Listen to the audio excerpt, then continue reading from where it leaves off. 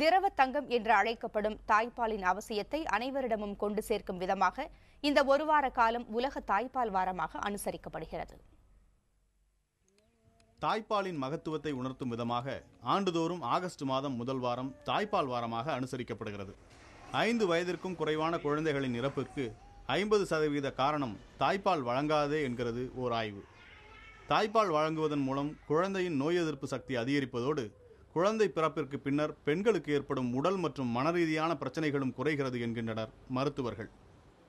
குழந்தைக்கு தனது தாய் கொடுக்கும் முதல் சீதனம் தான் தாய்ப்பால்.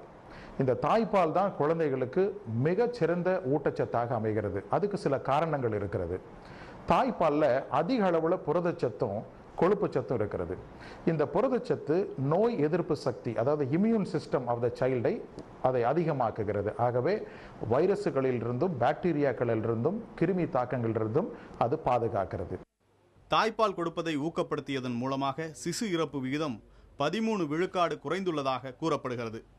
மாறிவரும் இன்றைய உலகத்தில் இளம் பெற்றோர்களிடம் தாய்ப்பாலின் அவசியம் குறித்த விழிப்புணர்வை ஏற்படுத்தும் விதமாக பல்வேறு நிகழ்ச்சிகள் நடத்தப்படுவதாக தெரிவிக்கின்றனர் மாவட்ட குழந்தை நல அலுவலர்கள்.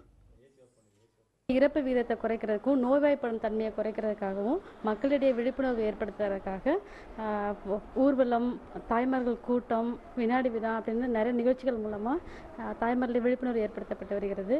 ஒவ்வொரு ஆண்டும் ஒவ்வொரு கருத்துருவ வலியுறுத்தியும் இந்த தாய்ப்பால் விழா கொண்டாடப்படுது. இந்த வருஷம் வாழ்க்கையின் வெற்றி இலக்கை அடைவதற்கு தாய்ப்பாலே அவசியம் அப்படிங்கிற கருத்தை வலியுறுத்தி மக்களிடையே விழிப்புணர்வு ஏற்படுத்திட்டு இருக்கிறோம். ஆரோக்கியமான குழந்தைகளை உருவாக்க தாய்ப்பாலுக்கு நிகரான உணவு இல்லை என்று கூறும் ஆய்வாளர்கள் வருங்காலத்தில் நீரிழிவு, உடல் பருமன் மற்றும் இருதய நோய் இல்லாத குழந்தைகளை உருவாக்கும் பொறுப்பு தாய்மார்களிடமே உள்ளது என்கின்றனர். 5 வயதுக்கு உட்பட்ட குழந்தைகளின் இறப்பு சதவீதத்தில் 50 முதல் 60% குழந்தைகள் சரியான ஊட்டச்சத்து இல்லாதும் சரியான இணை உணவு இல்லாதும் குறிப்பாக தாய்ப்பால் இல்லாததுமே காரணம் என ஆய்வில் தெரிய வருகிறது.